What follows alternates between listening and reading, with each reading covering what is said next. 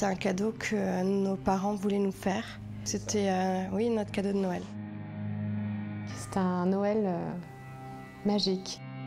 Il faisait beau et chaud, tout était parfait, quoi. On a vu la mer se retirer. Avant, on entendait les oiseaux, on entendait les bruits de la nature. Et là, on n'entendait rien.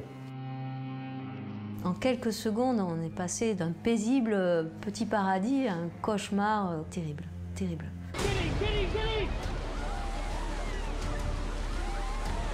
Je me retourne, je vois mon épouse pour la dernière fois, et là, la vague nous emporte. Il m'a regardé et dit « Papa, je veux pas mourir ». J'ai dit « Tu vas pas mourir, tu vas courir ». Et qu'est-ce qu'il a couru? Je me suis retrouvé collé au plafond avec un de mes fils. Et après, la maison s'est écroulée sur nous. L'endroit où j'ai été retrouvée, il y a eu 2500 morts en 1 minute.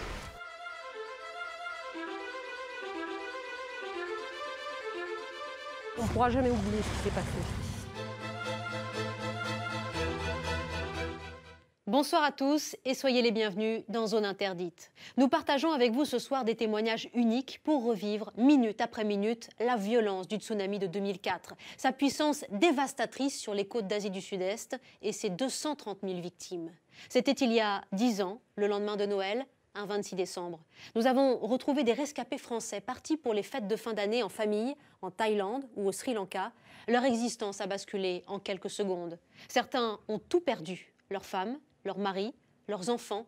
Comment ont-ils survécu et refait leur vie 10 ans plus tard? Nous le verrons ce soir. Jean-Louis Pérez et Myriam Kebani pour Zodiac Productions et pour Zone Interdite ont retrouvé ces hommes et ces femmes qui nous racontent comment ce Noël paradisiaque s'est transformé en enfer. 10 ans après le tsunami, nous revenons sur cette catastrophe qui, comme le 11 septembre, aura à jamais marqué l'humanité. C'est le jour de Noël dans l'océan Indien. À cette époque, il fait beau et chaud dans cette région du monde. Plage de sable blanc, végétation luxuriante et eau turquoise. En 2004, comme chaque année, de très nombreux Français choisissent de passer les fêtes de fin d'année au Sri Lanka ou ici en Thaïlande. Avec son petit ami de l'époque, Géraldine Tessier découvre l'île de Khao Lak. On est arrivé 3-4 jours avant Noël dans ce magnifique hôtel splendide, pharaonique. Je me souviens, on est allé jusque dans notre chambre, on a marché le long de la piscine qui était énorme. On aurait dit, on se serait peut-être cru au bord des canaux à Venise, tellement c'était géantissime, c'était incroyable. À Koh Phi Phi en Thaïlande, c'est la haute saison pour Bernard Legendre, un ancien cuisinier français devenu moniteur de plongée sous-marine. C'est un des plus beaux spots de plongée de Thaïlande parce qu'on a beaucoup de variétés de poissons, de corail, c'est très beau. Sable blanc, cocotier, des mers transparentes, turquoises, enfin bon, c'est des couleurs magnifiques, oui, c'est superbe. Au Sri Lanka, la famille Escola, originaire de la région de Bordeaux, passe un mois de vacances. Un grand tour du pays entre plantations de thé, réserves naturelles et surtout le surf, la passion commune d'Anne et Stéphane Escola.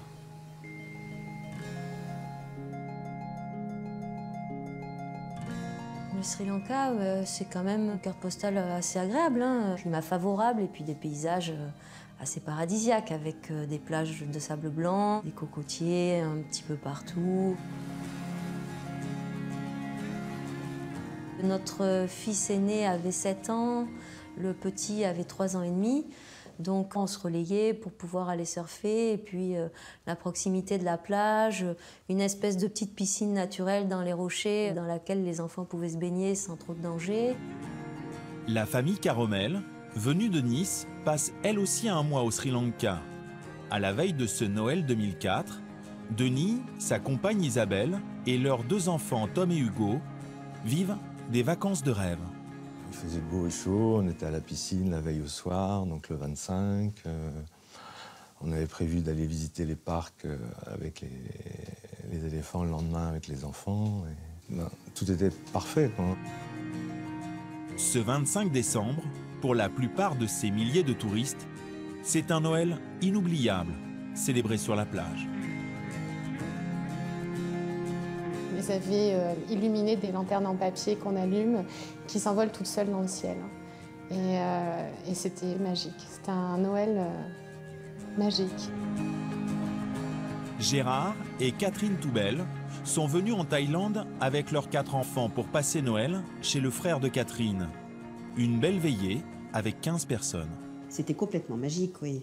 Noël dans la piscine par 30 degrés, alors qu'en France, il faisait un froid de bique. Enfin bon, tout ça, ça faisait plein de belles choses. À Koh Phi Phi, de voir tous les Asiatiques avec leurs bonnets déguisés en Père Noël et tout, c'était drôle. Il y avait des banderoles absolument partout. Dans les bungalows du front de mer, les touristes ont dressé des sapins de Noël pour leurs enfants.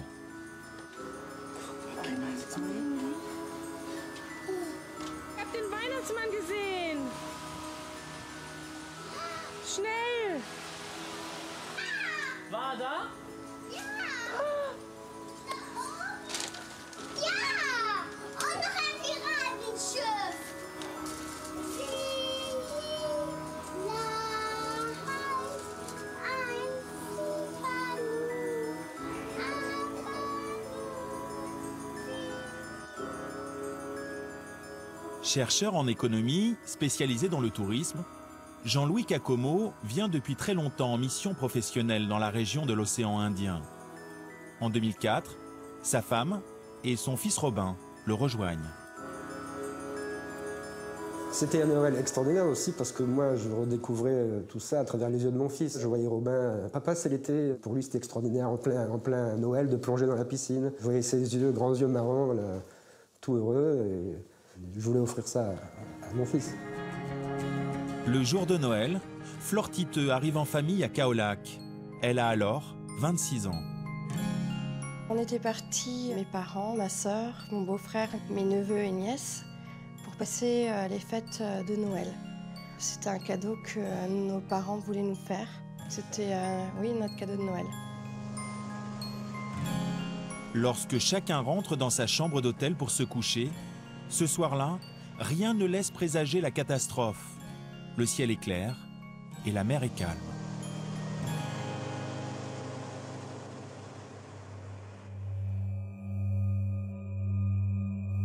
Le drame va se jouer le lendemain, au large des côtes indonésiennes, à 160 km de Banda Aceh exactement. Au fond de la mer, pendant plus de 3 minutes, 2 plaques tectoniques s'affrontent. À gauche, la plaque indienne et à droite, la plaque asiatique. Le 26 décembre à 7h58 heure locale, la plaque asiatique prend le dessus. Le plancher océanique se soulève de 6 mètres de hauteur, provoquant une onde de choc. L'énergie libérée est équivalente à plus de 30 000 bombes d'Hiroshima. En Indonésie, près de l'épicentre, le tremblement de terre est extrêmement fort, d'une amplitude de 9,2 sur l'échelle de Richter.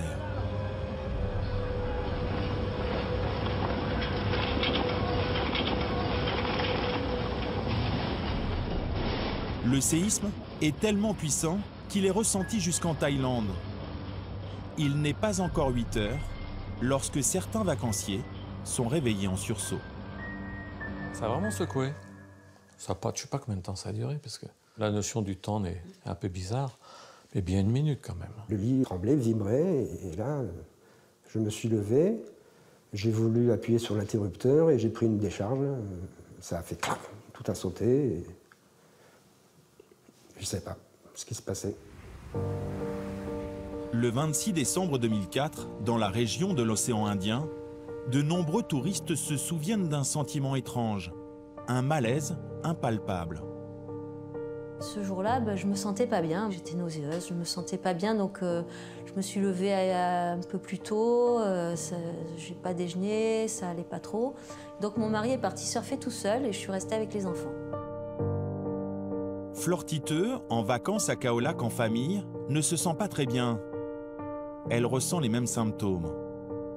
Quand je me suis réveillée, j'ai senti une migraine insoutenable. J'ai eu vraiment du mal à me lever. Et au départ, j'hésitais même à aller au petit déjeuner. J'ai tout de même réveillé tout le monde. Ma sœur m'a parlé du tremblement de terre. Il m'a dit, c'est passé quelque chose cette nuit. Les enfants se sont réveillés en pleurant. Et elle a dit, ça a bougé, est-ce que tu as senti quelque chose? Et nous, on s'était rendu compte de rien du tout. Le tremblement de terre a provoqué un tsunami, c'est-à-dire un raz-de-marée. Une vague immense est lancée à près de 800 km/h. Rien ne va l'arrêter. Le tsunami frappe d'abord l'Indonésie. Il emporte tout sur son passage. À Banda Aceh, sur le front de mer, les maisons sont englouties. En quelques secondes, on ne voit plus que les toits, détruits pour la plupart.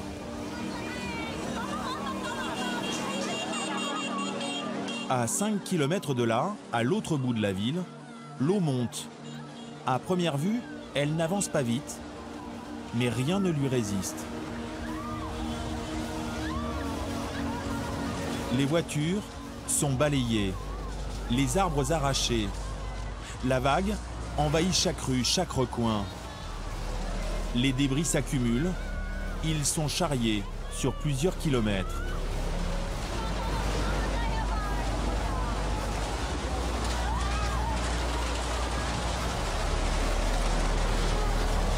En moins de 3 minutes, c'est toute la ville de Banda Aceh qui est complètement détruite.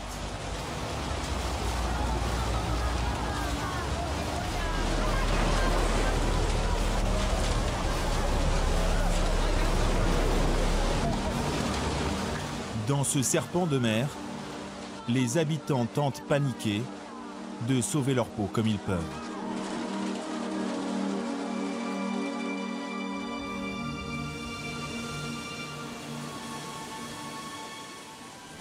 Au même moment en Thaïlande, les touristes ne soupçonnent pas encore le chaos qui les attend, même si des signes annonciateurs apparaissent. Moins d'une heure avant l'arrivée du tsunami, c'est le moment du petit déjeuner. Peu à peu, la nature va se manifester.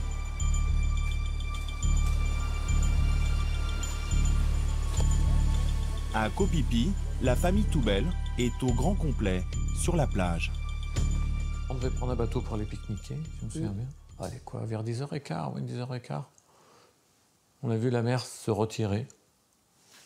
On n'était pas contents parce qu'on disait on ne va pas pouvoir partir en bateau. Puisque la mer s'en va, il y a une marée. Comme chez nous en Bretagne. Puis elle est revenue. On s'est dit, bah, c'est très bien. Puis elle est repartie, encore plus loin. Ça, alors là, on n'a pas compris.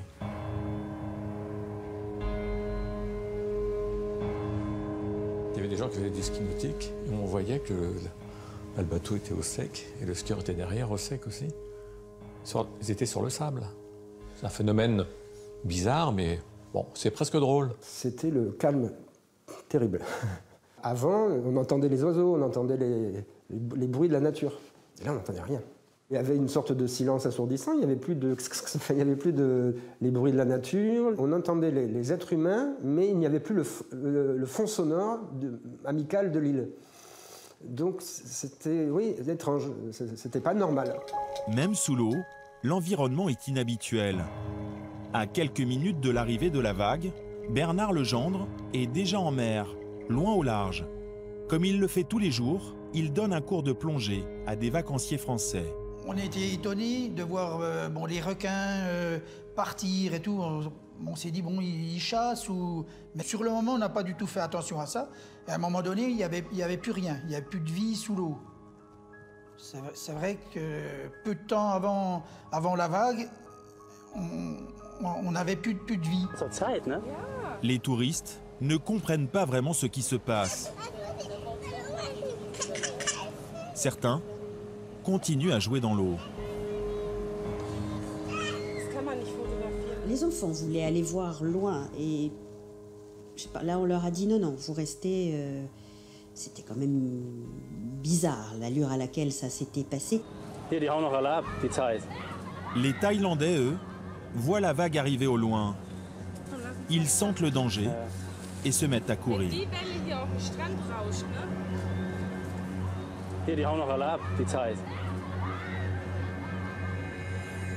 À ma femme et à mon fils, je montrais que je gère, tout va bien, mais je ne savais pas du tout quoi faire. Parce que je ne savais pas à quoi m'attendre. Et puis d'un coup, l'eau revient, mais alors là, la vague. Il est 9 h du matin, lorsque la vague est sur le point de frapper l'un des endroits les plus touristiques de la Thaïlande, l'île de Phuket. Jesus Christ, look at that. That wave is a good 15-20 feet tall. Easy.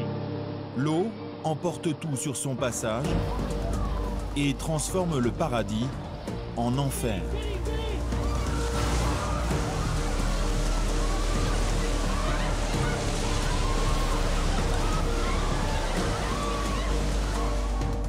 À ce moment précis, Pierre-André Boutry est avec son épouse sur la plage. Lorsqu'il prend conscience de la violence du tsunami, il est beaucoup trop tard. C'est un cheval au galop qui vous fonce dessus. Et à ce moment-là, vous ne vous appartenez plus. Je me mets à courir. J'arrive, je vois un mur devant moi. Je me retourne, je vois mon épouse pour la dernière fois. Et là, la vague nous emporte.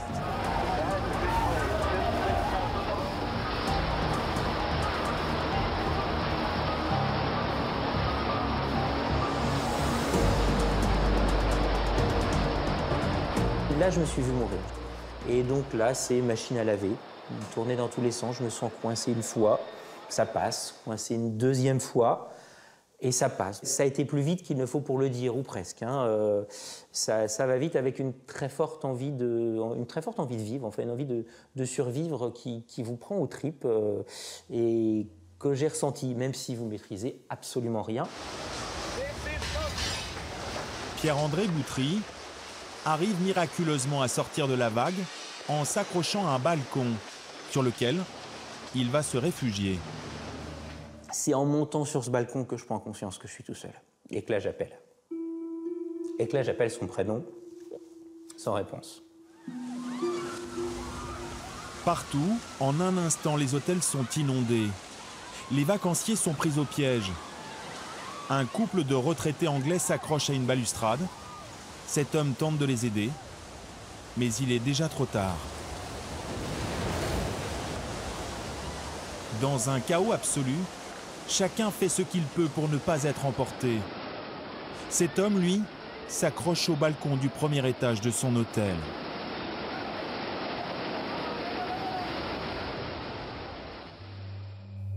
L'épouse de Pierre-André Boutry n'a pas survécu. Lui a été gravement blessé.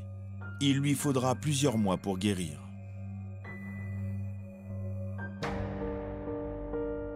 La vague, elle, continue sa route meurtrière. Elle frappe maintenant l'île de Koh Phi Phi. Comme partout en Thaïlande, elle surprend tout le monde sur la plage et déferle extrêmement violemment. Rien ne l'arrête. Sa puissance est phénoménale.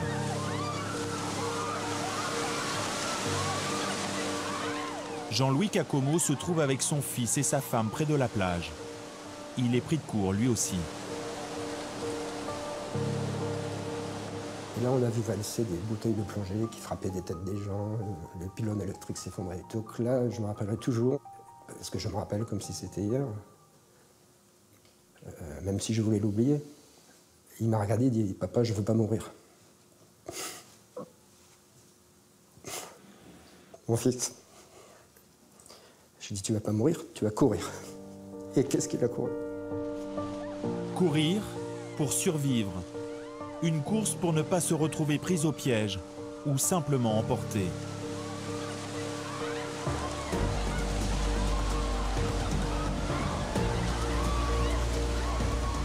On sent qu'il y a un danger derrière, puis on court. Mais on ne sait pas trop ce qui arrive d'abord. C'est juste que derrière, il y a quelque chose de monstrueux. Ça, c'est la seule chose que je savais.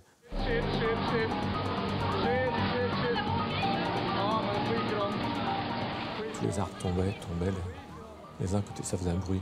Ça faisait plus de bruit à la rigueur que la vague.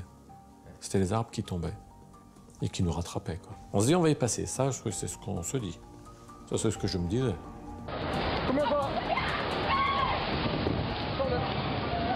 Ça courait dans tous les sens. Il y a des gens qui ont couru droit en face, donc ils ont été emportés par la vague d'en face. Il y a des gens qui ont été écrasés par ceux qui couraient derrière eux. Donc moi, je courais en protégeant Robin, qu'il ne soit pas écrasé. Puis je regardais ma femme aussi, si elle suivait. On avait peur de se faire piétiner, donc je disais, ne te retourne pas, ne te retourne surtout pas. Mais on entendait derrière des bruits, des cris. Je dis, surtout ne te retourne pas. Et moi, je ne me retournais pas. J'avais l'impression de voir l'eau aux fesses. Je dis, si on se retourne, on est mort. À un moment, il y a une colline, donc il y a des marches. Et on a monté les marches comme ça, sans se demander où on allait. De toute façon, on savait bien qu'il fallait aller plutôt en hauteur. À un moment, je me suis mis à courir dans une direction qui était assez minoritaire. Enfin, je veux dire, la plupart des gens couraient en face. Je dis, peut-être que je me trompe. Peut-être que je suis en train de les envoyer à la mort, là. Tout ce qu'on entendait, c'était des cris. Parce que des gens qui couraient, puis finalement, qui se faisaient emporter. Donc, enfin, voilà, donc, je ne voulais pas voir ça. Comme tous les membres de sa famille, Catherine Toubel va d'abord prendre la fuite. Mais elle et son frère, Philippe, vont s'arrêter un instant. Je ne saurais jamais pourquoi on s'est arrêté avant, sur un bungalow. Sur une petite terrasse, on a monté 3 marches. Là, l'eau commençait à bouillonner déjà autour. Et Philippe m'a attrapé la main, m'a dit « Oh là là, on est mal barré ». Et puis à ce moment-là, la vague est arrivée, nous a pris de plein fouet. Et après, on a été séparés.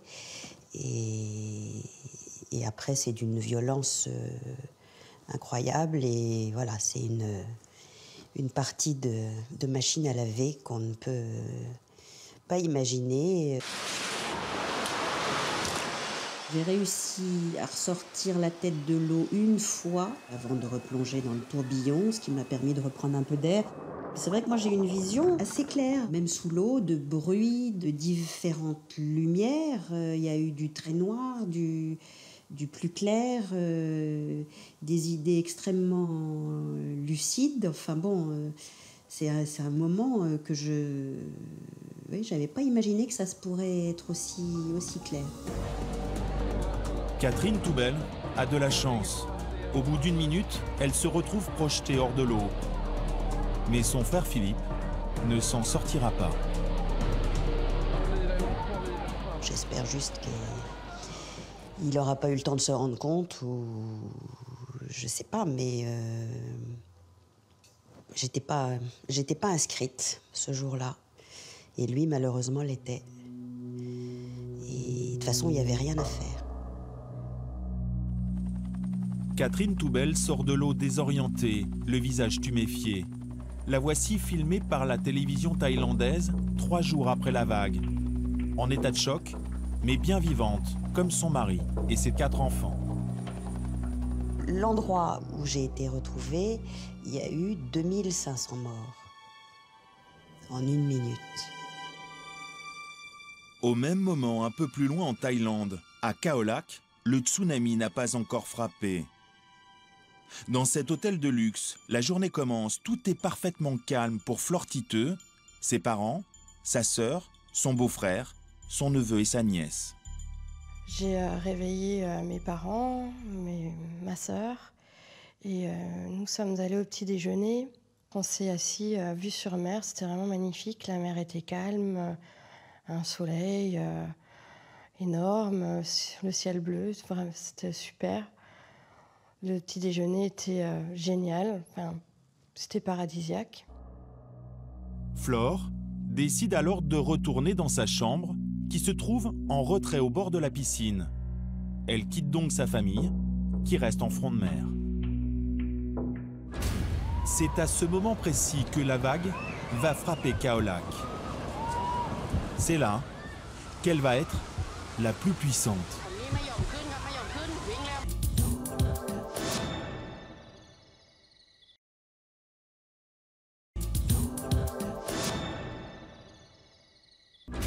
C'est à ce moment précis que la vague va frapper Khao Lak.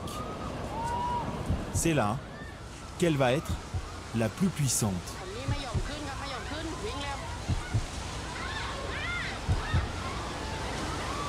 J'étais vraiment en front de mer et c'était pas possible. C'était d'une violence énorme, c'était pas possible qu'ils puissent être en vie. Sur le moment, pour moi, je savais qu'ils étaient morts. En un instant, l'eau s'engouffre dans chaque allée de l'hôtel et l'engloutit totalement. Flore, elle, est encore dans sa chambre. De la chambre, j'ai vu la porte d'entrée se gondoler et tout d'un coup exploser. Et l'eau est rentrée extrêmement violemment. De là, j'ai été expulsée de la chambre par apparemment un petit trou qui était au niveau de la baie vitrée. Et je me suis retrouvée piégée, le pied au fond de l'eau, dans une latte. J'arrivais plus du tout à remonter à la surface et je me suis sentie partir. Je tirais et tout d'un coup, je me suis dit que c'était la fin pour moi.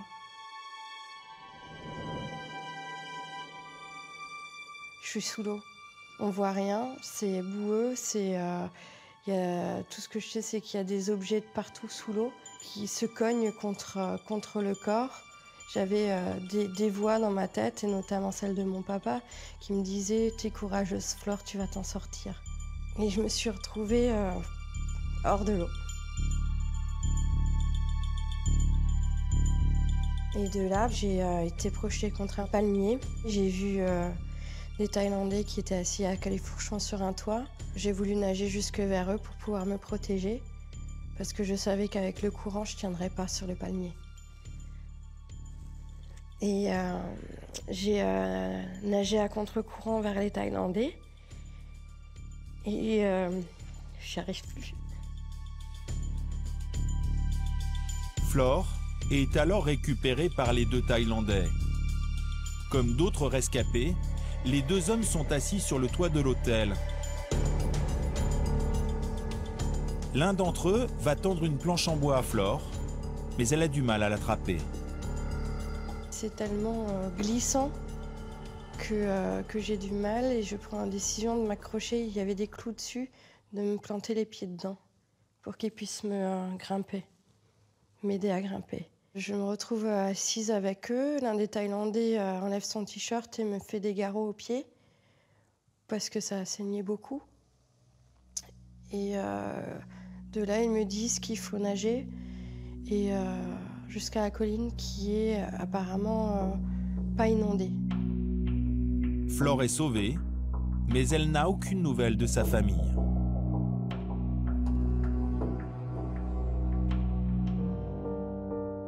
Le tsunami continue sa route meurtrière et se dirige maintenant vers le Sri Lanka. Dans la baie de Mirissa, au sud de l'île, les 2 enfants d'Anne Escola sont encore endormis dans le bungalow que la famille loue sur la plage. Le mari d'Anne est parti surfer à quelques kilomètres de là. Anne attend devant son bungalow que ses enfants de 7 et 3 ans et demi se réveillent. Tout d'un coup, j'ai vu une espèce de grosse mousse qui arrivait, un peu impressionnante, un peu grisâtre, voilà, qui arrivait, puis qui s'arrêtait pas. Qui s'arrêtait pas au niveau de la plage, qui a commencé à grignoter le jardin, et puis arriver dans le bungalow. Donc je suis rentrée dans le bungalow, je commençais à surélever les affaires, et puis c'est là que j'ai entendu des hurlements, des cris. Ces images, tournées près du bungalow d'Anne Escola, montrent que l'eau monte à toute vitesse.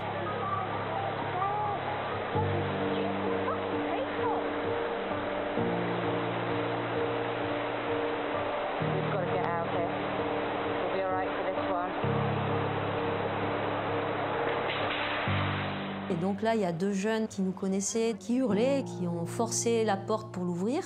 Je pense qu'elle devait déjà être bloquée par l'eau, hein, et l'eau a envahi le bungalow, ils ont saisi les enfants. Et puis après, tout s'est écroulé derrière nous et juste à temps, on a à peine eu le temps de sortir, quoi. Un peu plus loin, Denis Caromel, sa femme Isabelle et leurs 2 enfants sont dans leur bungalow sur la plage.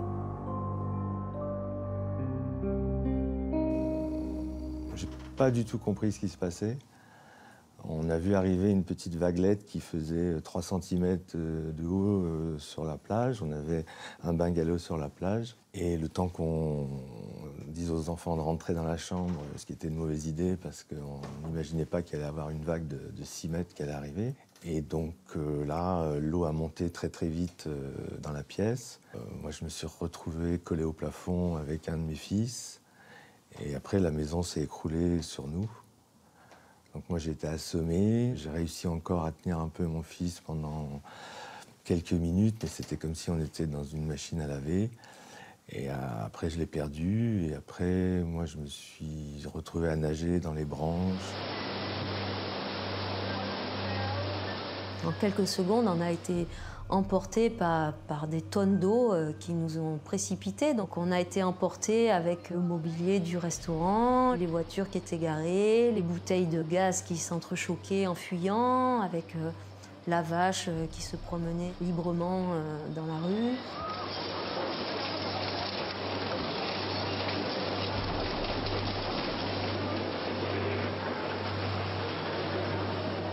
Après, je me suis retrouvé sous l'eau dans les branches. J'ai sincèrement cru que j'allais mourir parce que j'étais coincé sur les branches avec l'eau qui me poussait avec le courant.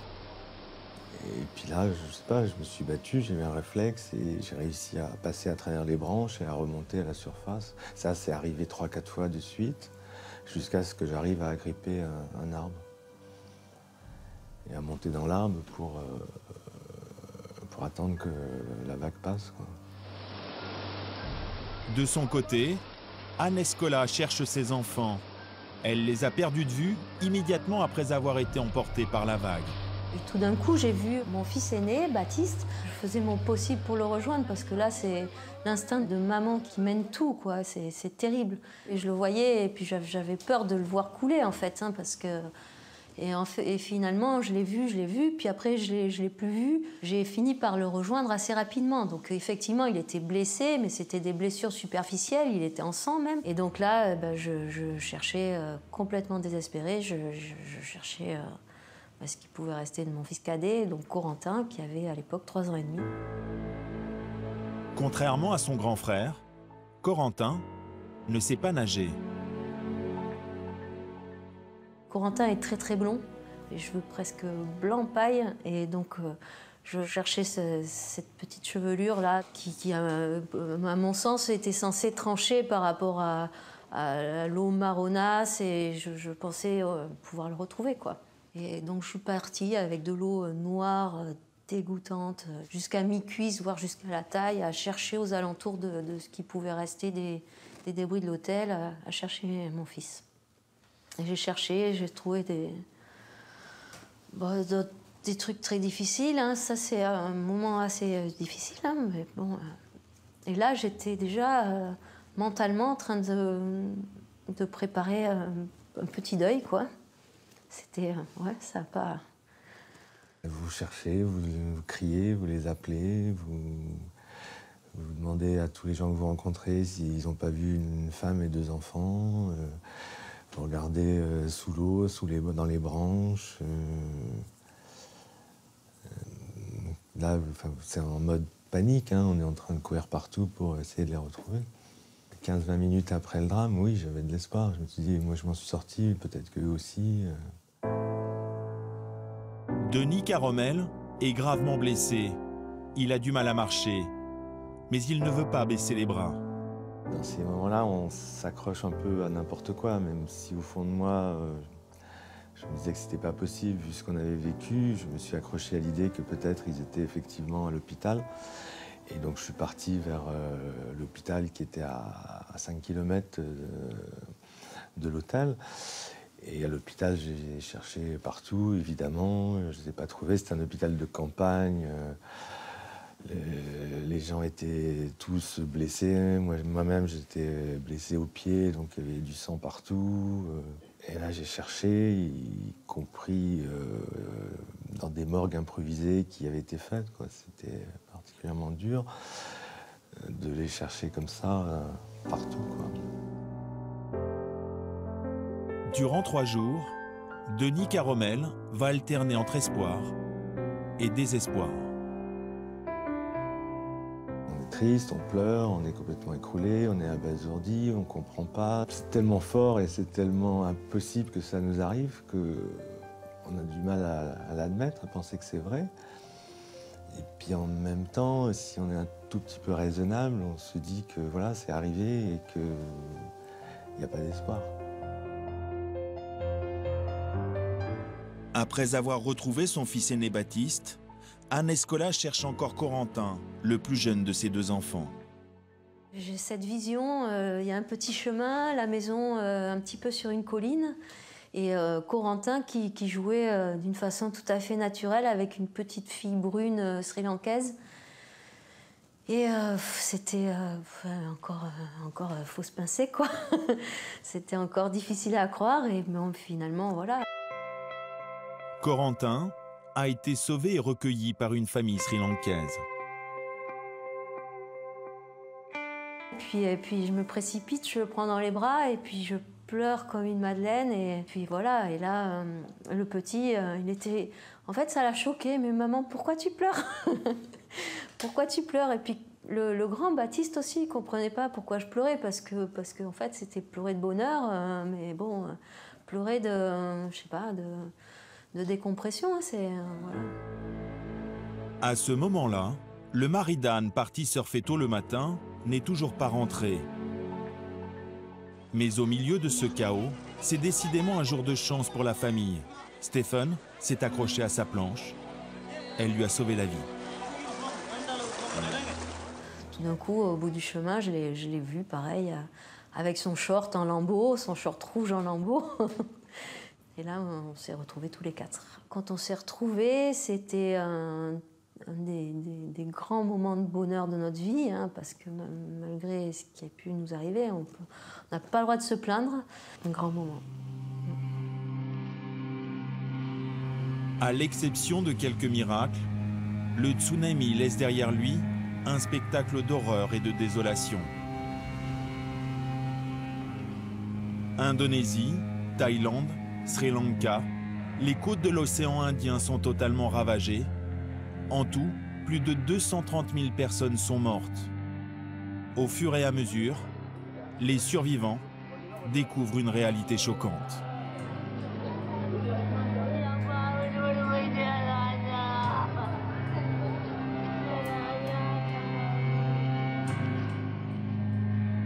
Bernard Legendre était en mer pendant le tsunami. Il n'a pas imaginé l'ampleur de la catastrophe. Quand on est arrivé au port, là, on n'a pu que comprendre que c'était grave. Ouais, ça... Il y avait des gens partout, couchés par terre. Il y avait des blessés, des morts, des vivants, des gens qui n'avaient strictement rien. C'était un drôle de spectacle. Après le passage de la vague, les sinistrés vivent quelques minutes de répit. Ils cherchent d'abord à se mettre à l'abri. Bernard, l'ancien cuisinier devenu moniteur de plongée sous-marine, est installé à Koh Phi Phi depuis 7 ans. C'est tout naturellement qu'avec d'autres, il va prendre les choses en main. On s'est organisé un peu pour faire monter les gens à Viewpoint, qui est une petite montagne au bout de l'île de Phi Phi, où il y a un point de vue absolument magnifique. Des gens qui marchaient, qui allaient bien et tout, on leur a dit, voilà, continuez là, montez. Après, voilà, vous êtes tranquille. Déjà au début des marches, on est tranquille. Jamais l'eau montera jusque-là. Les rescapés montent sur les collines pour se mettre à l'abri. Dans la jungle, des campements de fortune se mettent en place. Les touristes rescapés vont y rester pendant 2 jours, sans aucun secours. Commence alors une nouvelle angoisse, car de fausses rumeurs circulent. Il y avait des fausses rumeurs qui disaient il y a une vague qui va arriver dans 1 heure, il y a une autre vague qui va arriver. Enfin, voilà, il y avait cette psychose d'une nouvelle vague. À chaque alerte, les gens montaient dans les arbres, même nous. Et quand c'était des moments de panique, c'était aussi dur à vivre parce que quand les branches étaient occupées, les autres, ils faisaient tomber les gens qui étaient sur les branches pour prendre leur place. Je veux dire, il faut que chacun s'en sorte. Ah, t'es arrivé dans ce niveau-là de violence. Mais je le comprenais. Hein. Moi, j'y faisais pareil. Hein. Si je devais sauver mon fils, il faille marcher sur quelqu'un, je marche. Les nuits sont longues. Une nouvelle problématique apparaît, celle de la survie en milieu hostile. Et puis une fois que c'est fini, les vagues, il y a eu les morsures de serpents. Il y en a qui sont morts à cause des serpents qui étaient sur la montagne. À un moment, il y a une femme qui se met à crier, on s'est dit, ça y est, il y a une vague encore. Et c'était un serpent qui est venu qui l'a piqué. Et il n'y avait pas d'infirmière, il n'y avait pas de soins. Donc il y en a qui sont morts à cause des serpents. Donc moi, j'ai mis mon fils là, je regardais les serpents, enfin, je regardais qu'il n'y ait pas de serpents. Et après, on s'est dit, et maintenant, la vague est finie. A priori, tout le monde nous a oubliés, on ne viendra pas nous chercher. Maintenant, c'est la fin. Je voyais Robin qui commençait à dire, moi, il avait 10 ans, papa, j'ai faim. Bon, et ça a duré 3 jours. Quoi. Dans cet enfer, il faut aussi soigner les blessés, ceux qui ont échappé à la mort, mais qui risquent à tout moment de voir leurs blessures s'aggraver. On s'est rapidement organisé. On avait, je me rappelle, avec nous deux médecins, ils nous disaient, voilà, faites ci, faites ça. Enfin, moi, j'ai fait des choses qu'on ne pense pas pouvoir faire, recoudre des gens, ou... J'ai recousu avec fer à vif, hein, et tout, donc c'est des choses...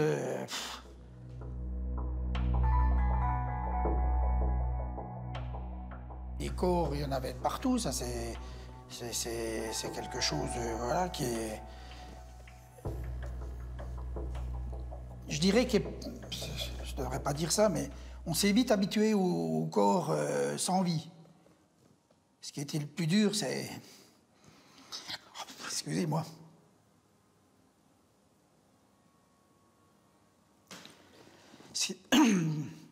Le plus dur, c'est les gens qu'il a fallu sauver, sortir. Petit à petit, la menace d'un nouveau tsunami est définitivement écartée. Pour les rescapés, l'urgence est à présent de retrouver des proches ou de récupérer quelques affaires dans leurs hôtels. Beaucoup reviennent alors sur le bord de mer et découvrent l'ampleur du désastre.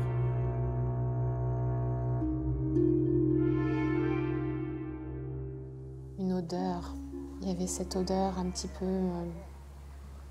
âcre. C'était vraiment... c'était humide, c'était âcre, c'était... et complètement surréaliste. Vous étiez là, vous marchiez. Les amis suisses qui étaient avec nous disaient « Attention, attention, où tu mets les pieds, attention, il y a un cadavre ». Mais on marchait au milieu des gens. Enfin, ils étaient sur le bas-côté, mais il y en avait partout. C'est une scène qui est assez apocalyptique. Et puis, wow, l'endroit où on avait fait la fête, là, j'ai mis la main sur les yeux de Robin. J'essayais de ne pas regarder. Il y avait des gens qui mettaient des draps, enfin des couvertures sur les corps. La guerre. Comme si une bombe avait explosé. Des cadavres. Là où on avait fêté Noël, notamment avec des gens avec qui on avait fait la fête. Lorsque les réfugiés tentent de rejoindre des centres de premiers secours, ils découvrent là aussi une situation particulièrement difficile. Il y avait des mares de sang partout. Dans l'hôpital, il y avait des flaques. Et le personnel thaïlandais n'était sans doute pas formé pour ça et ne savait plus du tout où donner de la tête avec tous ces gens blessés. Il y avait des gens qui partaient en salle d'opération, on se demandait si elles allaient revenir. Flore, blessée, est toujours à la recherche de sa famille.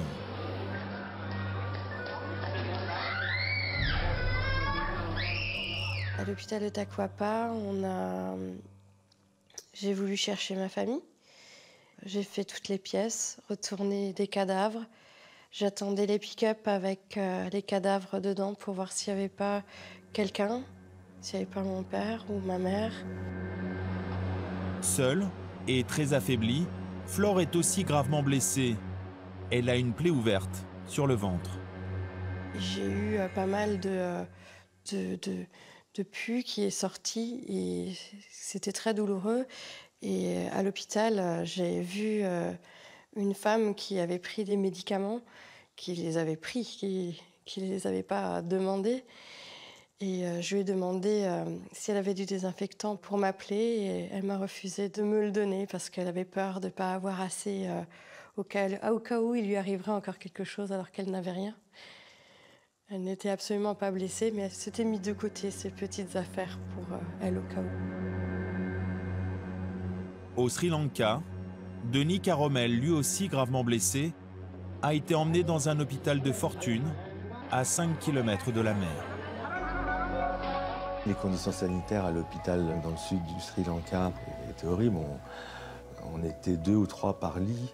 Moi, j'avais les pieds en sang et tout le monde partageait les mêmes toilettes à la turque, quoi. Donc, c'était évident que ça allait s'infecter, mais bon. Mais il faut comprendre que le pays était dans le chaos. Le sud du Sri Lanka était dans un chaos complet. Denis n'a aucune nouvelle de sa femme Isabelle et de ses 2 enfants, Tom et Hugo. Mais il risque une septicémie. Il est évacué vers Colombo, la capitale du pays. Interviewé par une équipe de télévision française, il n'a qu'une idée en tête, revenir au Sri Lanka pour chercher sa famille. Il est en état de choc. Vous comptez revenir ?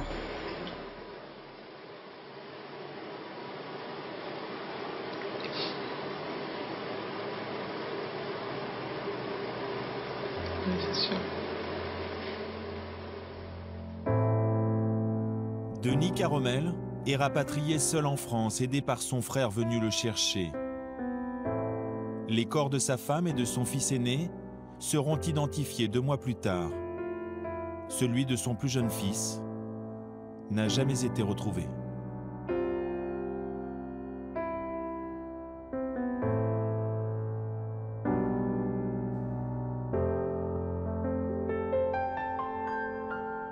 Flore Titeux aura aussi la confirmation du décès des membres de sa famille, plusieurs mois après la catastrophe.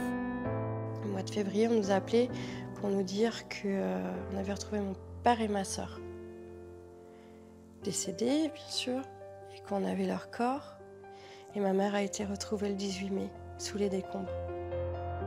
Les corps de son neveu et de sa nièce ont eux aussi été rapatriés, mais 6 mois après le drame. À Koh Phi Phi en Thaïlande, nous sommes maintenant 3 jours après le tsunami. Les premiers hélicoptères se sont posés sur l'île dévastée. Pour la majorité des touristes, il faut maintenant quitter les lieux. La famille Toubel repasse par sa chambre d'hôtel. On voulait récupérer des affaires qu'on avait à l'hôtel, parce qu'on était au premier étage, donc ça n'avait pas été touché. On s'est dit, on va être sans doute rapatriés, donc on a voulu redescendre à l'hôtel. Où bien entendu, tout avait été pillé. Pillé, oui et non, parce qu'il y a des gens qui ont... Enfin, les portes ont été défoncées, puis les gens qui n'avaient plus rien ont dormi là. Bon, il y a des gens qui ont laissé un petit mot du style, on est désolé de vous avoir pris vos chaussures, mais on n'en avait plus. Moi, j'ai trouvé ça plutôt adorable. Puis d'autres, où tout était pillé. Bon. Ça, c'est la nature humaine. Le chacun pour soi va durer jusqu'au bout. Les départs en bateau des îles de Thaïlande vont donner lieu à des bousculades. Jean-Louis Kakomo, accompagné de sa femme et de Robin, son fils, se souvient de ce moment difficile. Là aussi, un mouvement de panique qui s'est reproduit. Tout le monde est allé au ponton, là. Et au fur et à mesure que les bateaux s'approchaient, les gens se poussaient, on a failli tomber dans l'eau. À un moment, on a envie de dire, ça va, on est là, on est sauvés, quoi. Là aussi, à un moment, on va monter, tout le monde aura une place dans les bateaux. Parce qu'en fait, il y avait plusieurs bateaux qui arrivaient, bon, ils n'étaient pas non plus grands. Les gens avaient peur de ne pas avoir une place, quoi. Donc là, ça se poussait. Nous, on était au bord avec Robin, on tapait des coups, on dit, ça va, on est là.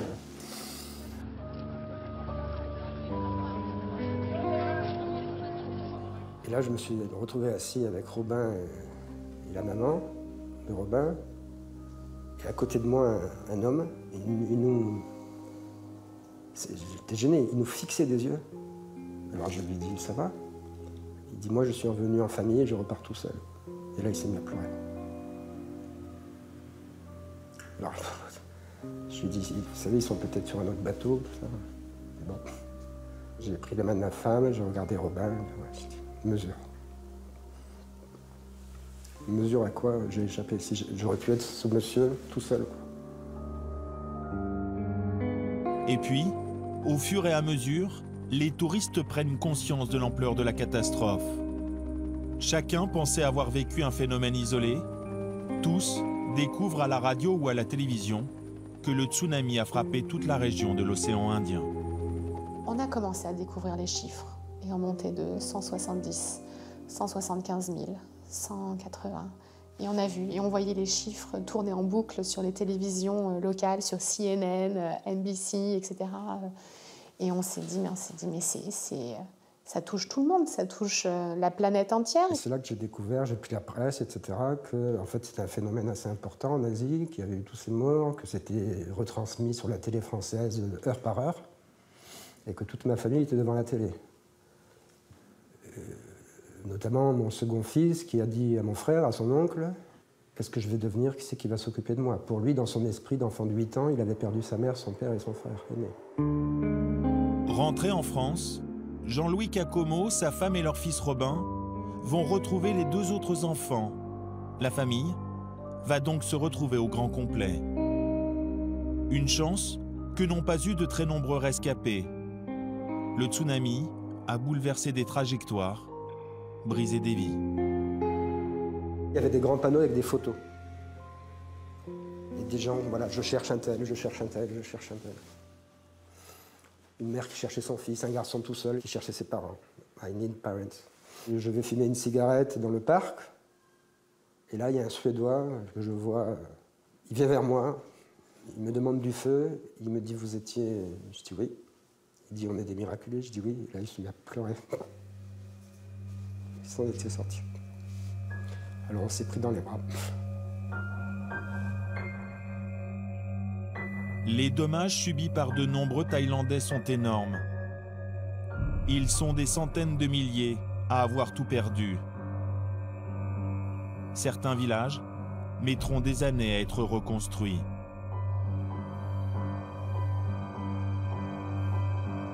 Installé à Koh Phi Phi depuis presque 10 ans, Bernard Legendre n'a pas eu d'autre choix que de quitter la Thaïlande.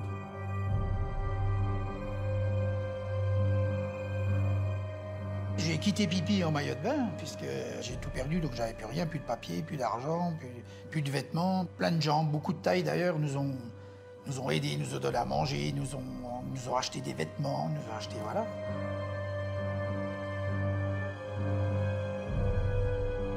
Les petits marchands ambulants nous distribuaient à manger, ils me disaient, oui, bien sûr. Ils allaient, t'as besoin d'un t-shirt, ils allaient chercher des t-shirts, ils allaient... Et c'est pas des gens qui ont, voilà, qui ont des revenus. C'était souvent, oui, les gens les plus modestes qui nous ont dépannés et qui étaient là. Ouais. Les Thaïlandais m'avaient donné un polo et un pantalon un peu de zoulou comme ça. Je n'avais pas de chaussures et j'étais sale. Mes cheveux, c'était des dreadlocks. J'avais de la boue, de la terre partout. On n'avait pas encore pu prendre de douche. On était vraiment dans un état pitoyable. Il y avait de toutes les nationalités. Et c'est vrai que tout le monde se parlait, tout le monde essayait de s'aider, d'aller proposer de rendre service. C'était une atmosphère incroyable, mais incroyable. Quand on prend l'avion, on est content de rentrer, voilà, de rentrer en France et de retrouver un semblant de normalité de vie. Et en même temps, on a un sentiment de culpabilité de les laisser dans le pétrin. Rien ne pourra effacer la violence de la vague, ses conséquences dramatiques et l'insupportable spectacle qu'elle a laissé derrière elle. Aujourd'hui, 10 ans après la catastrophe, chez tous ceux qui ont vécu le tsunami, le souvenir est encore présent, indélébile. Oui, j'y pense tous les jours. Je crois qu'il n'y a pas un jour où j'y pense. Ça ne me gêne pas, voilà, c'est pas des flashs, c'est pas quelque chose qui me gêne pour vivre, mais j'y pense tous les jours. Hein. Le premier réflexe, c'est le ouf, le sentiment d'avoir échappé. Ça, c'est sur le moment. Mais après, par contre, on traîne un sentiment de culpabilité qui dure là et qu'il faut gérer. J'ai honte d'être sauvé. Ou alors il faut que je paye quelque chose ou que je fasse quelque chose de bien. J'ai pas le droit de passer à côté de ma vie. On m'a donné une telle chance.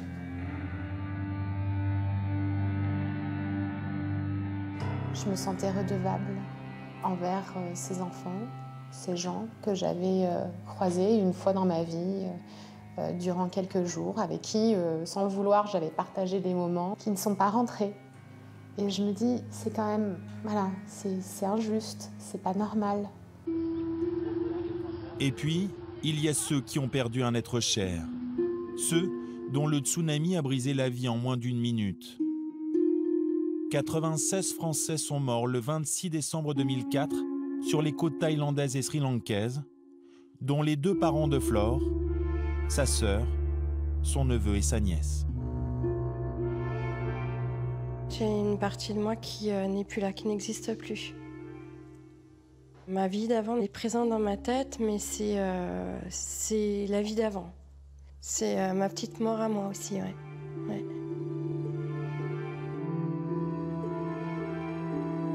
Aujourd'hui, j'essaye de pas trop penser et de m'occuper de ma vie de tous les jours et de vivre à la seconde, en fait, de vivre sur le moment et de pas penser à tout ça. De toute façon, il n'y a pas le choix. Les Caromel sont partis à 4 en voyage au Sri Lanka. Denis est rentré seul, alors il a voulu rendre un dernier hommage à cette famille disparue brutalement. Donc avec Isabelle, on avait prévu de se marier au mois de juin 2005. Donc les bans étaient publiés et la loi française permet de faire un mariage d'écriture posthume. Donc moi, c'était une façon de témoigner l'amour que j'avais pour elle et de faire quelque chose qui était prévu, qu'on avait prévu tous les deux. Malgré la violence de ce qui lui est arrivé, Denis a choisi d'avancer. Il a refait sa vie avec une nouvelle compagne. Il a aujourd'hui 3 enfants. Le tsunami fait intrinsèquement partie de son histoire. Moi, j'ai refait ma vie, j'ai aujourd'hui 3 enfants. Et c'est impossible de regretter. On est dans une situation où il faut juste accepter ce qui s'est passé, parce que je ne peux pas regretter le drame et la présence de mes enfants aujourd'hui, qui ne seraient pas là si mes 2 enfants, Hugo et Tom, n'avaient pas été emportés par le drame.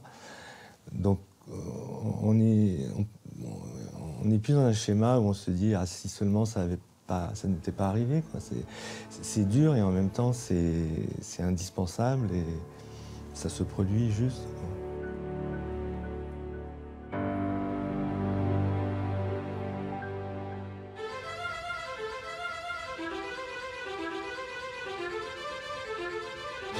Novembre 2014, 10 ans après le drame, nous sommes revenus à Koh Phi Phi, cette île de rêve, au large de la Thaïlande. En 2004, elle avait été entièrement ravagée par la catastrophe. Ici, la vague n'avait laissé que des ruines. Mais aujourd'hui, il n'y a quasiment plus aucune trace du tsunami. La petite île ressemble à nouveau à un paradis sur Terre.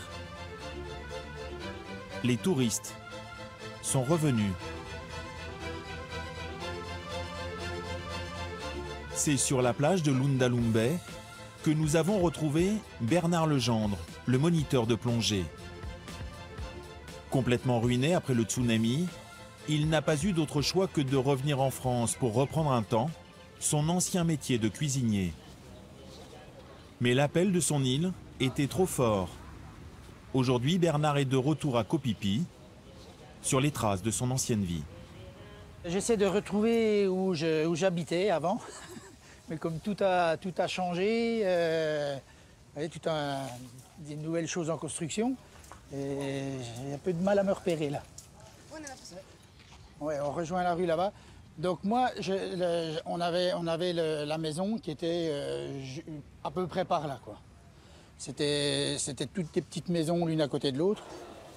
Dans ce bungalow emporté par la vague, Bernard avait aussi caché les économies de toute une vie, disparues en quelques secondes. 50 000 € en argent, oui. J'avais vendu mon restaurant.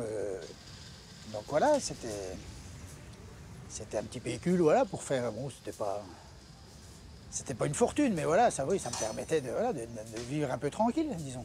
Je suis là, c'est le principal à la limite. Bernard a survécu à la catastrophe. Il a eu de la chance. C'est sans aucun doute parce qu'il était sous l'eau au moment où la vague dévastait tout sur la côte, faisant des milliers de morts, que Bernard a eu la vie sauve. Moi, la mer, elle m'a sauvé. Donc, tous les gens qui étaient en mer ont été sauvés. Donc voilà, la mer, c'est pas une ennemie, loin de là. Son histoire incroyable, Bernard aime la raconter aux touristes. Emporté vers le large par le courant sur plus d'1 kilomètre, Bernard a vécu étrangement le tsunami comme sa plongée la plus extraordinaire. La première sensation du tsunami, c'était absolument phénoménal. Enfin, c'était merveilleux même, parce que je crois que je ne referai jamais ça sous l'eau. On a été traînés comme une Formule 1 sous l'eau. C'était quelque chose d'assez sensationnel. C'est plus impressionnant quand tu es sorti de l'eau ou quand tu étais dans l'eau? Pour moi, quand on est sorti de l'eau, parce qu'on était accroché au bateau, on montait de 2 mètres, donc on avait laissé le détendeur, le masque et tout, et on ramenait les gens et on redescendait de 2 mètres sous l'eau et on remontait. Enfin bon, c'était... Il y avait pendant 10 minutes, un quart d'heure, il y a eu vraiment des gros creux et c'était un peu... Mais sous l'eau, non, c'était absolument fantastique. Bon, on va aller s'équiper tranquillement. Oula! Les plongées de Bernard à Koh Phi Phi, pour faire découvrir les fonds marins aux apprentis plongeurs, sont toujours des souvenirs inoubliables. Bye bye.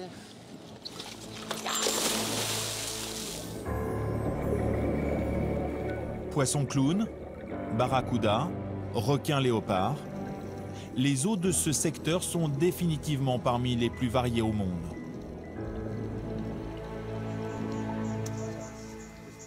C'est donc à Koh Phi Phi que Bernard va reconstruire sa vie. Avec sa meilleure amie Brigitte et son mari Bill. Ensemble, ils sont associés pour bâtir un projet, ouvrir un restaurant français. Sur le local vert qu'on avait vu. L'idée ici, c'est d'ici avoir cette surface commerciale-là pour le dive shop. Parce qu'on on terrasse, comme ça. Et le restaurant de l'organiser comme ça. Elle essaie quand même de négocier. Une petite affaire qu'ils veulent sans prétention et où Bernard pourra exercer ses talents de cuisinier. On ne vient pas ici pour faire fortune, quoi. C'est clair. Hein, entre guillemets, mais voilà, c'est ça. Nous, dans la mesure où ça tourne bien et qu'on peut en vivre correctement, voilà, point. Entre Bernard et Brigitte, le lien a toujours été très fort. Il y a 15 ans, c'est elle qui l'avait initié à la plongée sous-marine. Ce qui s'est passé le 26 décembre 2004 les a soudés pour toujours. C'est Brigitte qui m'a sauvé la vie. Parce que le soir, tu m'as appelé en me disant « Tu arrêtes de boire un coup chez Angelo et tu viens. » Bah si. Et tu viens parce que je ne devais pas bosser le lendemain. Et tu m'as dit, voilà, il y a Marc-André et sa copine, donc tu bosses demain, donc voilà, tu rentres à la maison. Donc je suis rentré et voilà. Tu me donnes une vie. Je te dois une vie. Voilà, c'est comme sur des jeux. Voilà. Je me souviens plus. Comme à chaque fois que l'on parle du tsunami, l'émotion revient. Pour Brigitte et Bernard, le souvenir de la vague laisse une trace indélébile.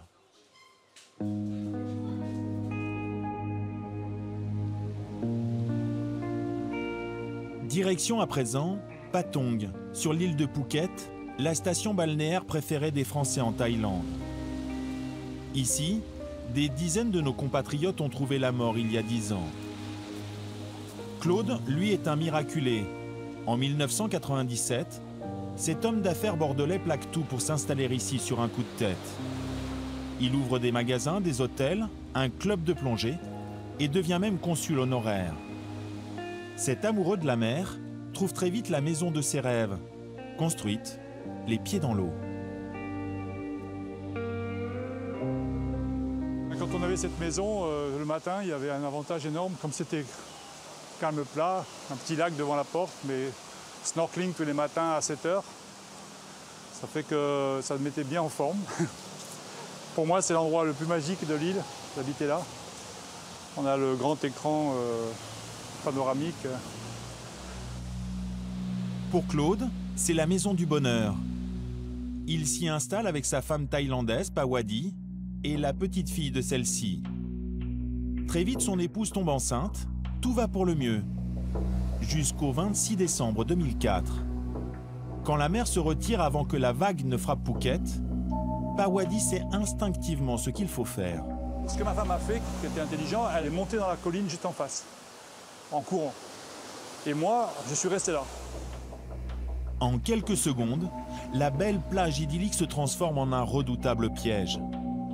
Grand amateur de surf, Claude a conscience du danger. Il a alors un réflexe qui lui sauve la vie. J'étais ici et à ce moment-là, j'ai vu la vague devant moi, qui était à peu près grand comme le cocotier. Donc ça fait quand même un sacré truc quand on est ici, on a un mur d'eau devant.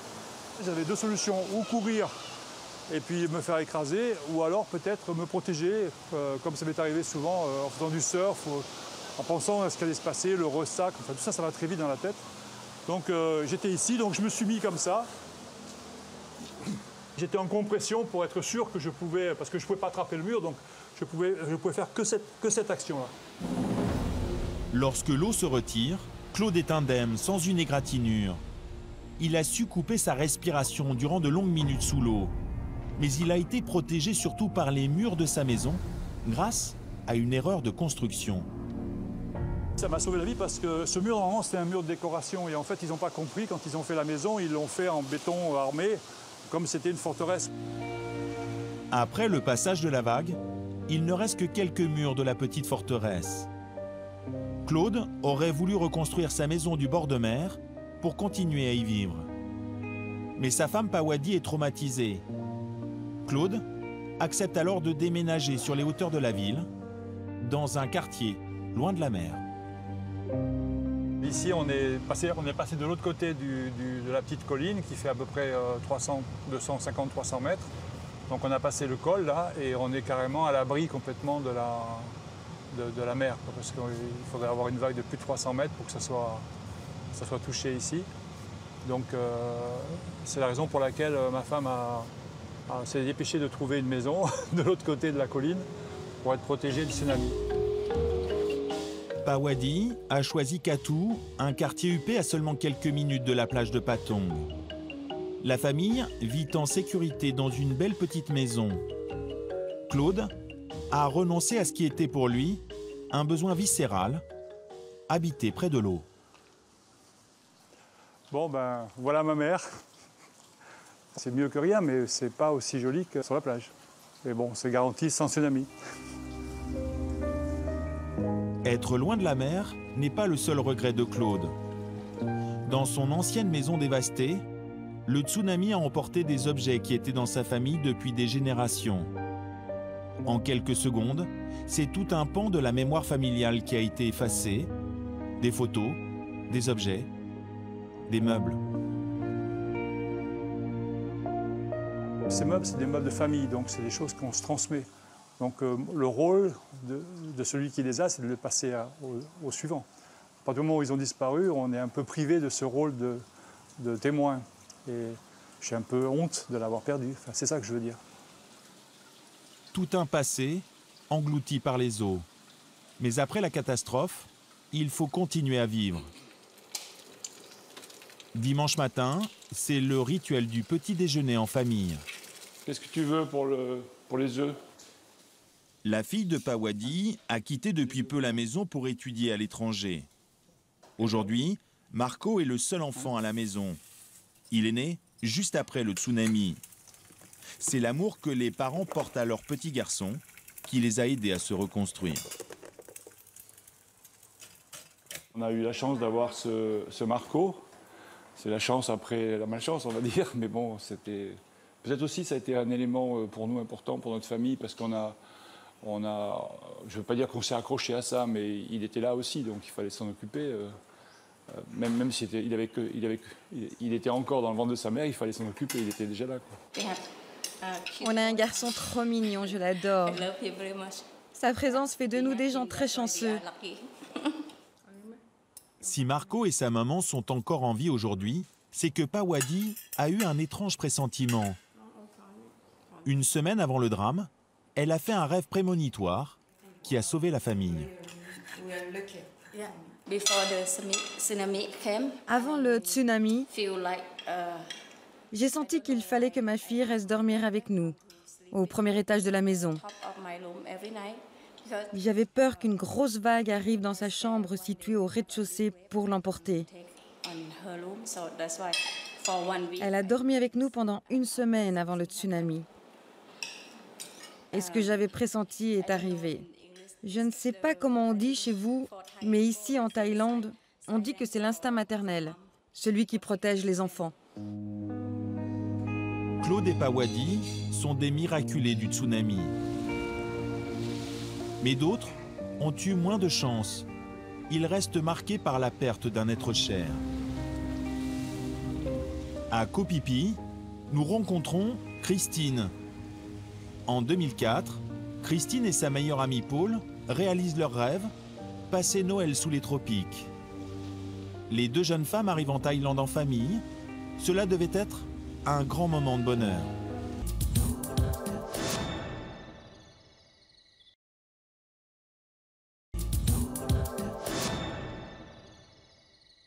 En 2004, Christine et sa meilleure amie Paul réalisent leur rêve, passer Noël sous les tropiques.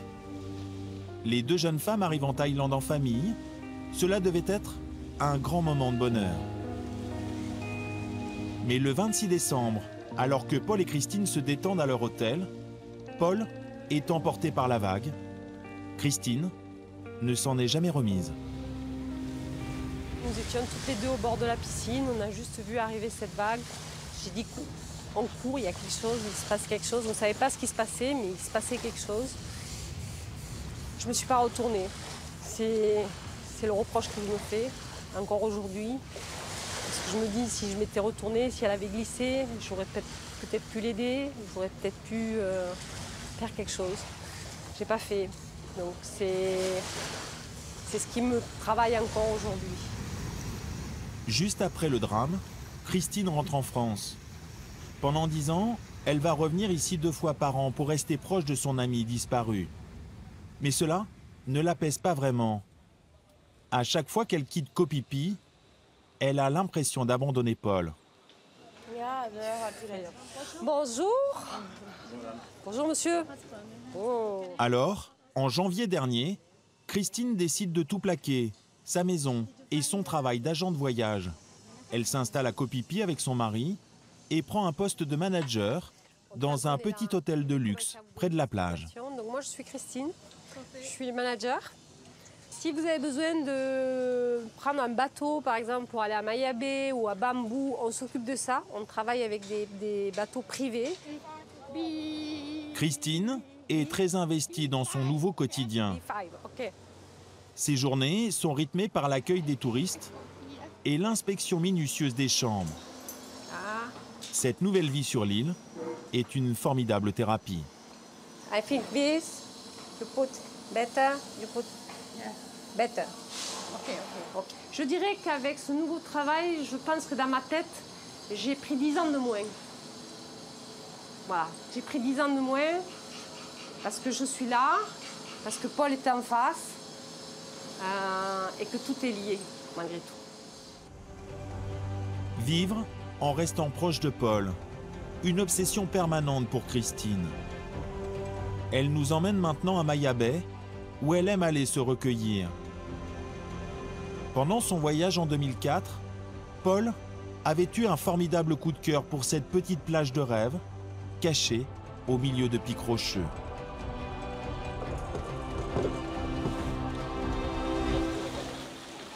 Quand on est venu la première fois, elle est tombée amoureuse de cette plage et je pensais que le meilleur hommage, c'était qu'effectivement ces cendres soient dispersées ici et non pas ailleurs.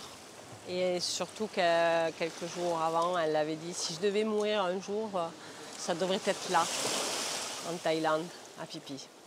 Malheureusement, c'est arrivé. Elle est partie ici. Mais elle est là, elle est bien là. 10 ans après le tsunami, en revenant vivre à Koh Phi Phi auprès de Paul, Christine a enfin retrouvé un peu de paix. J'ai l'impression de lui tenir la main, d'une façon. De lui tenir la main ici et de ne pas l'avoir abandonnée, justement, parce que je suis revenue ici, parce qu'elle est là. Le tsunami a emporté Paul.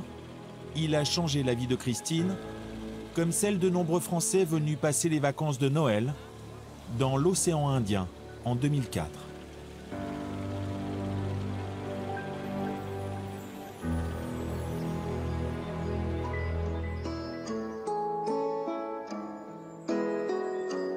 Un petit air d'Asie au fin fond du Gard. Sylvia Wilson n'est pas une enfant du pays. Elle est née en Indonésie mais vit depuis longtemps à Barjak, un petit village à 60 km de Nîmes. Ses parents sont arrivés en France lorsqu'elle avait 9 ans. C'est devant son poste de télévision en 2004 que Sylvia découvre les scènes d'horreur du tsunami.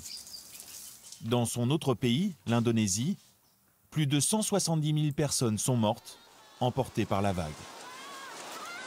Ça fait très mal de voir ça, le peuple de ton pays qui souffre, qui perd tout. 25 minutes, c'est fini. Touchée par le drame, Sylvia décide d'agir et de créer une maison d'accueil pour les enfants victimes de catastrophes naturelles dans son pays. Avec elle et son mari Florent, nous partons pour l'Indonésie, le premier pays touché par le tsunami. Il nous faudra plus de 15 heures de vol pour rejoindre Medan. Ton sac à dos, le rouge. Sylvia vient ici 2 fois par an.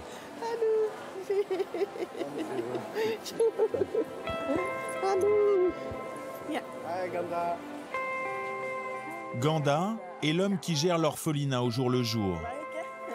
Sylvia aimerait être plus présente auprès des enfants, mais la distance l'empêche de faire le trajet plus souvent.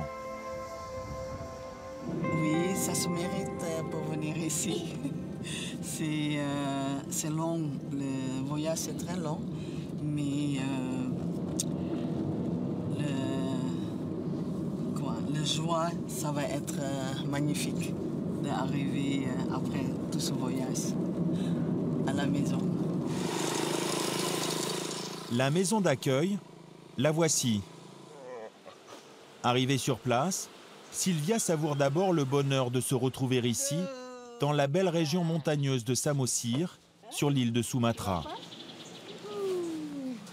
Ah là là là, c'est magnifique. Sylvia n'a pas choisi cet endroit par hasard. La maison se situe à plus de 1000 mètres d'altitude, loin de la mer.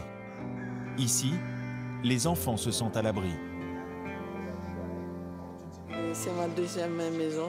Et si je suis ici, j'ai 6 ou 7 enfants et je me comporte comme la maman. C'est le moment des retrouvailles, avec ces bébés comme Sylvia aime les nommer. Aduh. Apa kabar kamu? Apa kabar? Baik. Elle, c'est Angel, 16 ans, une des premières à avoir rejoint la maison d'accueil. Après la catastrophe, elle avait été recueillie par sa grand-mère. C'est elle qui l'a confiée à Sylvia pour lui donner la chance d'avoir un avenir.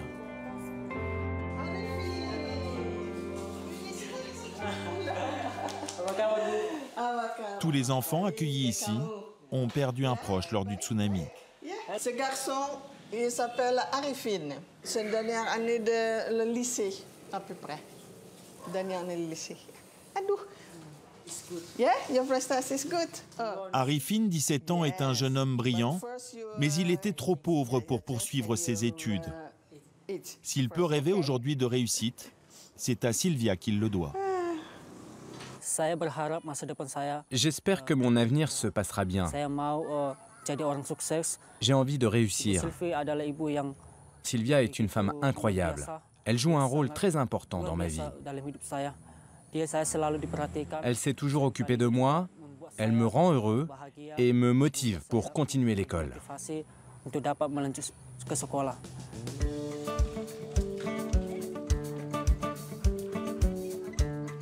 Sylvia peut être fière, tous les enfants sont premiers de leur classe. Mais ce qui compte le plus pour elle, c'est que malgré les traumatismes, ils aient retrouvé l'essentiel, le bonheur de vivre.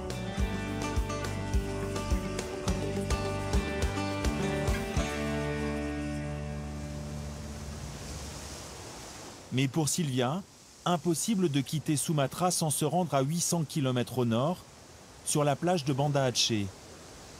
Elle était venue ici en 2005, juste après le tsunami qui a fait des milliers de morts. Elle découvrait alors les ravages de la vague meurtrière. Je suis venue ici, c'était vraiment vide. Je vois maintenant, il y a des arbres qui sont vraiment très jolis et très en bonne santé. Et je vois les restaurants et le petit abri où on peut s'asseoir avec la famille.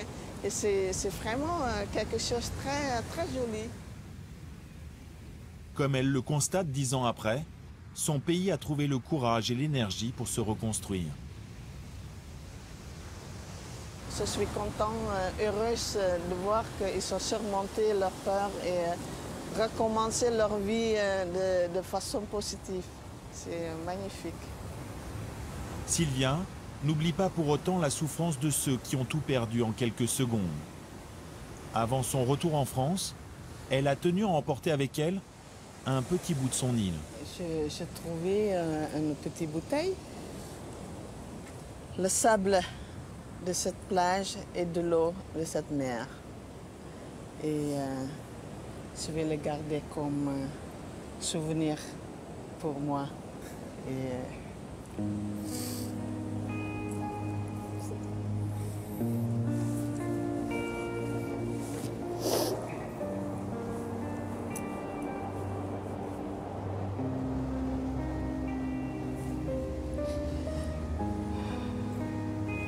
Je ne peux pas tenir.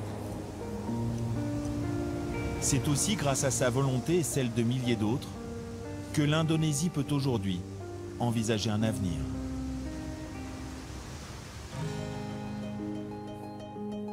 Retour en France, à Perpignan. C'est dans cette petite ville du Sud que nous retrouvons un jeune homme de 20 ans. Il se nomme Robin, c'est le fils de Jean-Louis Cacomo. Ce jour-là, nous nous rendons avec lui chez son père. Hey, ça va? Salut, Robin. Mais ça va, tranquille. Montrer quelque chose. En 2004, Robin n'avait que 10 ans. Il a vécu cette catastrophe avec un regard d'enfant.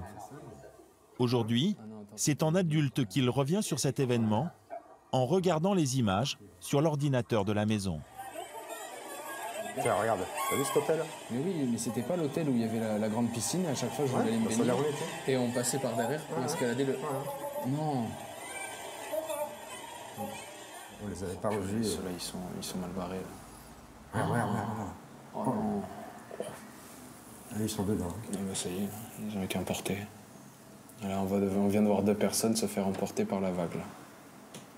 Et quand vous regardez ça, Robin, qu'est-ce que ça vous évoque? On a l'impression d'y être encore, en fait. Ah ouais, c'est fou. Hein. C'est impressionnant. Et c'est étrange parce que j'avais pas regardé ces vidéos. Je les ai même jamais regardées. Donc du coup, ça fait remonter quelques souvenirs. Ça va?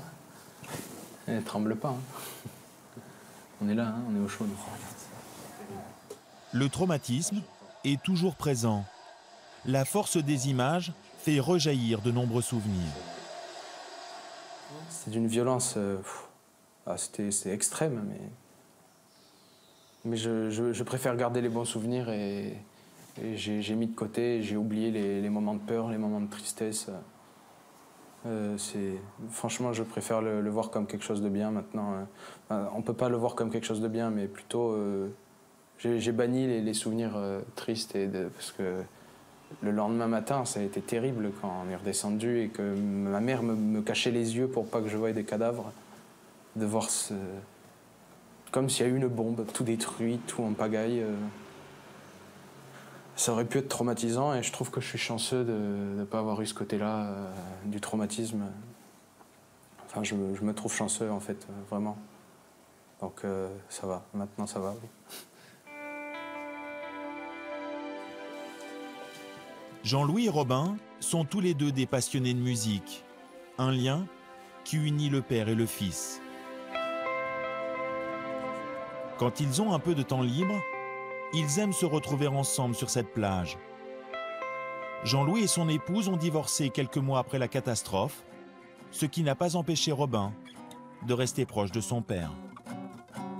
Le sort a fait que peut-être à travers cet événement tragique, on a pu y trouver du bon et resserrer nos liens qui étaient peut-être pas forcément évidents au début, mais maintenant je te considère comme un papa en chocolat. Hein. Tout gentil. Tu vas me faire fondre. Comment t'expliques ça, Robin? Comment j'explique ça je sais pas vraiment, mais enfin, peut-être du fait que quand on en vient à se dire qu'on va peut-être se perdre, ça crée un lien qui est beaucoup plus fort, étant donné que ce lien a failli se briser et que donc quelque part il va se resolidifier et être encore plus gros pour éviter qu'il puisse de nouveau se casser ou qu'il y ait quelque chose qui puisse faire en sorte qu'il se casse. C'est pour ça que je pense que depuis cet événement en particulier et ceux qui ont suivi, on n'a jamais été aussi proches et quelque part là aussi ça a été une chance. La blessure semble se refermer au fil du temps. Pourtant, Jean-Louis a toujours ce sentiment de culpabilité, celui d'avoir emmené sa famille au cœur de l'enfer. Quand ça a mal tourné, je me suis dit, mais qu'est-ce que j'ai fait là? Quelle erreur! Ça m'a beaucoup... Enfin, je me le suis reproché longtemps. C'est vrai que je voulais absolument réparer ça, parce que j'avais peur qu'il ait des conséquences psychologiques, c'est vrai. Mais justement, peut-être qu'au final, vu qu'il n'y en ait pas eu, c'est ce qui a permis... Non, mais à t'entendre là, toi, le discours que tu tiens là... Je t'ai dit, ça va, il fallait pas que tu culpabilises. Je veux dire, waouh, moi je suis un peu, sans voix, parce que ça me fait du bien. Parce que je dis, bon, bah finalement, il n'y a pas de dégâts. Non, au contraire, s'il faut... il y en a plus sur moi que sur toi, mais c'est la force de la jeunesse, mais ça fait du bien entendre. Étrangement, c'est la première fois que Jean-Louis et Robin évoquaient leur ressenti face à la catastrophe. Avant de terminer notre tournage, nous avons voulu revoir aussi Flore Titeux. C'est à Sarreguemines, dans l'est de la France, que nous la retrouvons. Aujourd'hui, Flore s'est reconstruite. Elle va beaucoup mieux. Voilà, l'agence, c'est ici. C'est là où je bossais.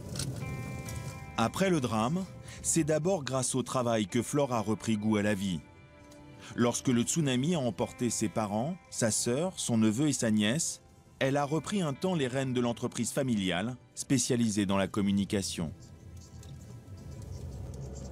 Moi, ça m'a vraiment permis de ne pas sombrer et puis de me lever le matin, je me levais le matin, je devais me préparer, me maquiller, être présentable pour les gens qui venaient nous voir. Donc, oui, ça m'a permis vraiment de tenir debout. Du papier mâché, mais ça se mange pas, ça. Si, mais non, c'est pas en place. Pour se reconstruire, Flore s'est ensuite appuyée sur sa propre famille, ses 3 enfants, et sur Franck, son compagnon. Tu viens? Et vous enlevez vos vestes? Le couple s'est rencontré peu après la disparition des parents de Flore. Elle était complètement abattue. Ça va? Oui. Au début, quand on s'est rencontrés, effectivement, c'était très très difficile pour elle. Elle avait beaucoup de mal à exister, à faire plein de choses. C'est vrai que j'étais souvent très triste. Il m'a permis quand même à relativiser beaucoup de choses. par rapport à ma tristesse. Bon, c'est sûr que parfois, je lui en voulais aussi parce que j'avais l'impression qu'il ne comprenait pas quand il me disait d'avancer et tout ça. J'avais l'impression d'être pas comprise et au final, il m'a permis plus d'avancer et de ne pas revenir à chaque fois et de ressasser des mauvais moments. Aujourd'hui, pour Flore, la vie a définitivement pris le dessus. Voici Tao, le petit dernier de la famille. Tao, ce prénom d'origine asiatique, veut dire longue vie. Ma philosophie de vie aujourd'hui est totalement différente. Je vois pas les choses. Je pense que on vit, on profite. On profite beaucoup. Oui. On profite beaucoup de l'instant. Ouais, de l'instant présent. On essaye de pas stresser, ça c'est pas du tout évident, mais pour nous c'est vrai que pas grand chose n'est grave. Donc ça c'est super important pour avancer dans la vie. À chaque fois qu'il y a quelque chose, on dit oh, après tout c'est pas grave. On va voir pour tes devoirs. Okay. Alors qu'est-ce que tu as à faire? Flore a arrêté de travailler pour s'occuper à plein temps de l'éducation de ses enfants. Alors. Zoé, c'est une fille. Attention, c'est une fille, Zoé. Alors tu revois et après je te ferai la dictée. D'accord? Non. On va s'occuper. Avec ses enfants et son compagnon, Flore profite de chaque instant. Bah oui. Une famille nombreuse et très soudée qui lui a donné la force d'avancer. Il y a 10 ans, je ne pensais pas du tout avoir une aussi jolie famille. J'avais l'envie de l'avoir, mais je ne pensais pas que ça m'arriverait. Et autant, je pense que l'envie, je me suis donné les moyens pour combler mes envies. Il faut aimer la vie, il ne faut pas la détester. De toute façon, un jour, elle s'arrêtera. Hein. Donc quand, on ne sait pas. On ne connaît pas la fin de cette histoire. Elle peut être imprévue, alors il faut profiter de ce qu'on nous donne, tout de suite. C'est ce qu'il faut. C'est ce qu'il faut se dire, je pense.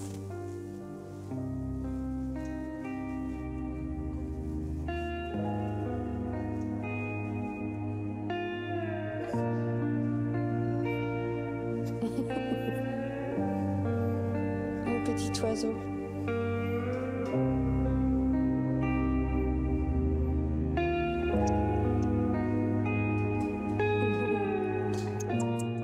C'est sur cette image de tendresse et de vie qu'on se quitte ce soir.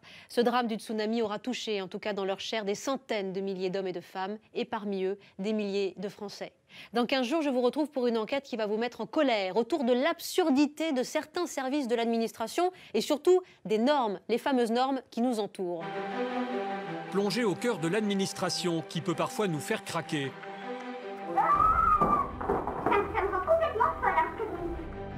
Nous avons découvert un monde régi par des réglementations innombrables, souvent absurdes. Comme pour les potelets, ces plots métalliques installés sur les trottoirs. Pour les mettre aux normes, les villes dépensent des fortunes. Leur taille est fixée au centimètre près. Que la loi et le règlement s'occupent de choses pareilles. Il y a quand même autre chose à faire. On change la taille, la hauteur, la largeur, Nous avons rencontré des Français harcelés, au bout du rouleau. Un jour, il va se passer un drame ici, ça va y aller au fusil. La connerie n'a pas de limite. Mais aussi des services administratifs dépassés, qui par leurs erreurs, mettent en péril des milliers d'entreprises. La réforme a été lancée trop rapidement, alors que les réseaux n'étaient pas prêts. Des dysfonctionnements aux conséquences dramatiques pour des millions de Français, sommés de payer des cotisations au montant souvent incompréhensible. Je reçois un courrier qui me dit que je dois encore 3 595 €. Je pensais être tranquille, et ben non, ça recommence. Nous avons aussi pénétré des institutions installées dans des décors prestigieux, mais à l'efficacité contestée. Quelqu'un qui réfléchit sur les mouches qui volent ou sur les lapins blancs, ça sert strictement à rien. Quand l'administration nous rend fous, c'est le 14 décembre, dans Zone Interdite. En attendant, la soirée continue avec Bernard de la Villardière et enquête exclusive dans les coulisses de la dictature tchétchène. Merci de votre fidélité. Passez une très belle fin de soirée sur M6.